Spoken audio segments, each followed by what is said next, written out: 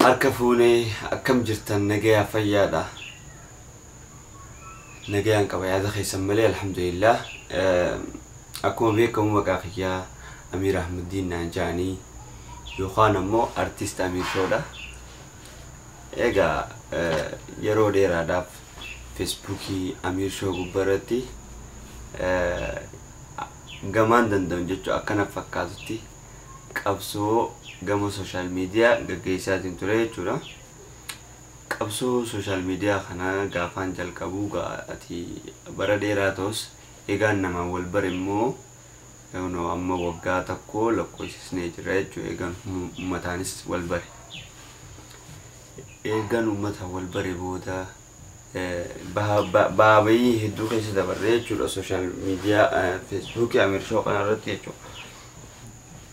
Amma gaa osoon deemuu akkaataan guddina kiyyaa duraan barreeffama maxxansa barreeffama irraa kara viidiyootiin dhufe osoo deemuu afran qalloon dhufte wanni sagantaa afran qalloo kanaan laayivii dabarsuu ture jechuudha. Sagantaa kana irratti namoonni hedduun sagantaa kana irratti na bare jechuun ni danda'ama. Sagantaa tanarratti erga na baran booda immoo jaalala ummataatis hedduun horadhee jechuudha. Jaalala ummataa hedduu horadheetiin ummataanis wal baree san booda obboleeyyan keenya kan Minisootaa jiraatan adda durummaadhaan gammaas tarassan yaada kana kaasee jechuudha. Amir Show waan dandeenyuun cinaa dhaabbachuu qabna, gargaaruu qabna, kaameeraa illee taatu bituufii qabna jechuudhaan walgahii afran qalloo san irratti dubbatanii ture. Walgahii san irratti maallaqni hanga takka walitti naawee jira jechuudha. Hanga $400 fi wayitii. San booda obboleessi kiyya Eeboo nama jedhamu Eeboo Haamid maallaqa sanitti itti ida'ee MJ Arif Dirreef Yasmin Abdullahi waliin ta'uudhaan jechuudha. Isaan kanarraa maallaqa walitti guuraniin $600 naaf erganii jechuudha. Duraan kaameeraa bitaan jeeni kaameeraa bareedaanis ni dhabame gaafasitti san booda maallaqni san naa ergame maallaqa san fuudhee maaliin godhe ummaatiyaan ummiyyee ani kaameeraa kana rabbii naa bita soomana wal jala ga'e beekta. Soomanni wal jala geenyaan ummiyyaan kaameeraa kana rabbii nuuf fidaan jeen maallaqa kana itti soomaniin jeen maallaqa biyya keenyaa qarshii 24,000 fi wayii ta'ee ummaatiyaaf kanneen ummaanti yalleen akkasitti du'aa hin goote yaa rabbi gaa nanqaahiisini kaameeraa inni jaalatu kana fidii fi yattee du'aa hin goote jechuudha. Akkasitti alhamdulillah unogaa obboleessa kiyya tokko kaameeraa kana guyyaa dheengaddaa bitee na erge jechuudha. Obboleessa Maamad Bookeetii Kaanaadaa Toronto jiraata. Isa kaameeraa kana bitee na erge jechuudha. Kaameeraa kana kaanaan Rebel 7TI jaaniini kaameeraa hedduu bareedaati jechuudha. Kaameeraa kana na erge akkaan gaaf miikaa irraa babaasee isin hin garsiisne miikaa edaan gammachuudhaan irraa baasee ummaatii yafaa agarsiisuudhaaf wanna godhe akkasitti kaameeraan kun naa dhufee jechuudha. Kaameeraa kana dura immoo waan dalaguu ture dagachuun qabu jechuudha. Mobaayil tanaan dalaguu ture. Modeela si akkaan si himne kaampaaniin mobaayil kanaa immoo ispoonsara waan hin kabaliniif modeela isiniin mugaa moo'aayu hayaatu J8 Plus jedhaniin kanaanin sagantaa afran qalloo san mobaayil kanaanin akkana waraabee isinii dabarsu ture jechuudha. Akkasitti hunoo alhamdulillah guyyaa irraan tanaa kaameeraa kana obboleessa keenya Facebookiin isaa Bookee Ilma Hayyuu ja'a. نبيرك سيار كنا كيونا ما شاء الله نيجا موديل تنجرا نوجا مخيتي فيتي تقولي وان فيتي تقولوا سيتو تلقاتي كابا مودا أني أسر راسي إرجع نبات سيخنة نمسها كسيخاي أما جاونو تيفلان أكفول درايفز وان براتي تاتو إن شاء الله ربنا وعقله anis gammachuutii yaakkachuun kee akkasii akkuma gaarii okkubaa qabaannaati gaabaleessoo inshaallah tuni waan xiqqoodha sii galee. Akkasii obboleessa keenya feesbuukiin isaa Bookee Ilma Hayyuu ja'a. Isa kana jechuudha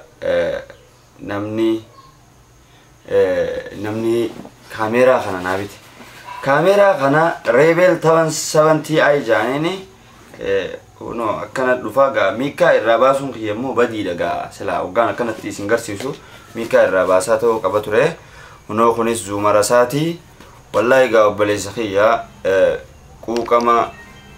quuqama ati naaf qabaattee jechuudha kaameeraa kana bittee naaf ergitee wallahi hedduu galatoomi sinjaa rabbi umrii dheertuu barakaa qabdu rabbi si haa kennu. Baliyyan keenya kan Minnesota magaalaa Minnesotaatti jechuu guyyaa san jilaa Franqallooti irratti garteemi isinis deeggarsa gama keessanii naaf gumaachitan kunis qabsoo keessanii hedduu galatoomaa. Qabsoon itti fufa aartii irrattis hedduu gama aartiitiinis hedduun dalagu jira jechuudha irratti bobba'eetiin jira.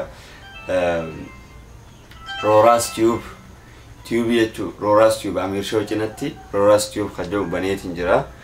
Huno alhamdulillah subscriberinis deemee jira jechuudha yeroo gabaabaa keessatti ammoo banee jechuudha.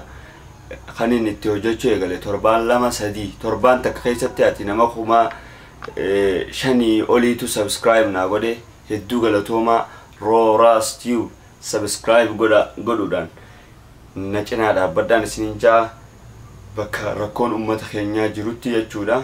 Ammallee akkumaan gaafa kaan moobaayilaa kanaan akkasi dhaqee waraabuu turetti ammallee Yurooppii je inshaallah uga chaarjii naa godhame kanaan deemee bakka rakkoo fi balloon ilmaan Oromoo jiru waraabee isinii dabarsuun anaaf gammachuu kiyya inshaallah.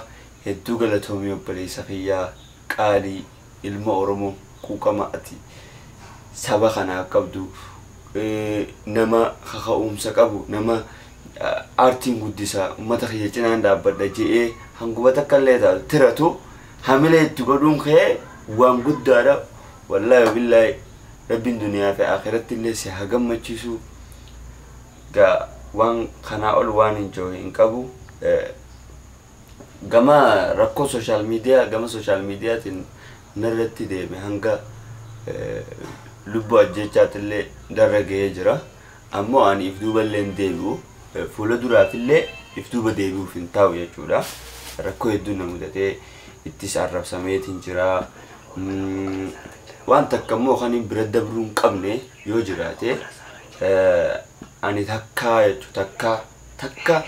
maqaa ilmaan Oromootiin maqaa ilma Oromootiin maqaa intala Oromootiin maqaa rakkataa Oromootiin takka sumuuniin takka na seentee hin beeku. Ani gama kaaniin kan itti beekamu wanni kanarratti nama rakkataa akka gargaaranii godha dhaqee niin dabarsaaf. Amma kana waan hin kaasuu danda'eef namoonni takka jira beektaa hirriiba namaa hin qabne hoggaanin ani bakka uffadhee maal je'ee babbareedee manarraa bahee deemu nama ciisanaa hin qabne hedduu jira. Kanammoo ta'uu hin qabu. Fakkeenyaaf ani yoo hin bakka guddaa tokko kan hin gootee illee akkamittiin ani yoo bakka guddaa kana gahaa yaaduu qaba malee namni keenya walirratti histi yaaduu hin qabu. Amiiroon maal dalagaa maal dhugaadha.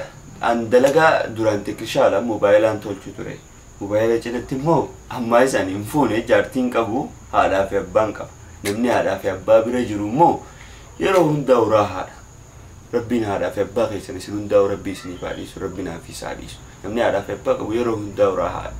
Maaliif akka fedhii isaatti bakka fedhe deemee waan fedhe dalagee maal je'ee manatti galee jiraata jechuudha. Kan amma duraa gaafa namoonni mana isaanirraa buqqa'an an yeroo jechuudha uummanni keenya Oromoo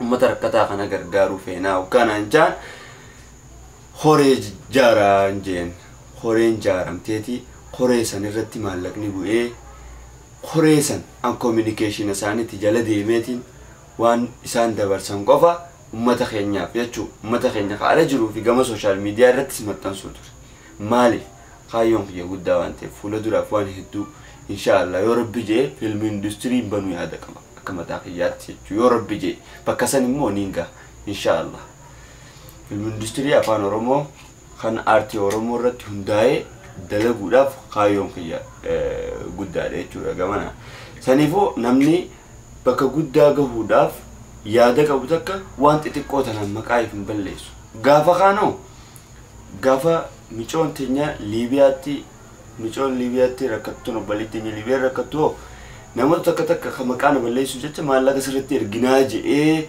an jalaa didee hoggumee ka jalaa didee boodarra immoo namni akkasiisan nama maqaa barbaadu beektaa ani maallaqa san akkaawuntii kiyya bu'ee ani micoo san gargaaree san booda immoo abaluun baran kanan akka isa dubbadhu akkas barbaadeeti gurbaan san jechuudha sani an jalaa dinaan boodarrallee na arrabsee hedduu maqaa na balleessee jechuudha hedduu narratti duule an gaafasillee feesbuukii kiyya jala seentanii ilaaluu dandeessan akkoo irratti akka bu'uun godhe akkoo takkaa sumuuniin yoo na seente rabbiin naa gara takkaallee na seente jechuudha akkasittiin haqallee firraa eegutuudha akka namaatillee na akkasii yoo rabbi jee ani dama biraatiifis wanti niin dhaamu yoo jiraate haqni namaa isinittiin seeni haqni miskiinaa isinittiin seeni haqni nama miskiinaa nama booyuu nama rakkatee mana isaarraa buqqee isinittiin seeni kanaafu akkasii kana immoo wanni isin tuqu fadheef waan baabee social media kanarratti na mudate jee yaadurra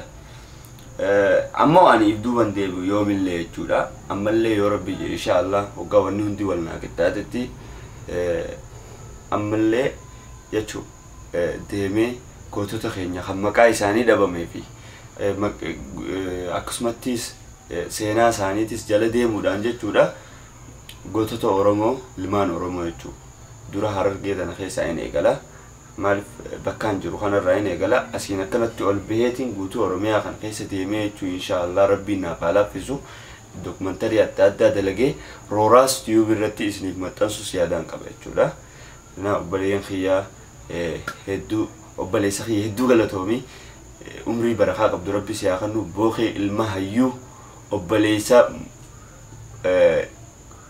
koloneel in chief Mama Bokeeti Mama Bokee jechuun kan jila afran qalloo wajjin gaafa kaan dhufee jechuudha kanaafuu isaan hedduu galatoomii jaan hordoftoota kiyya ilmaan Oromootis ta'ee warreen Oromoo jaalatan guutuu addunyaa jirtan nagayaan naaf jiraadhaa galatoomaa isiniin jaa munoo arra gammadeetiin jira isinis gammadaan isiniin jaa kaanaan naa dhufe galatoomaa naaf jiraadhaa horaa bulaa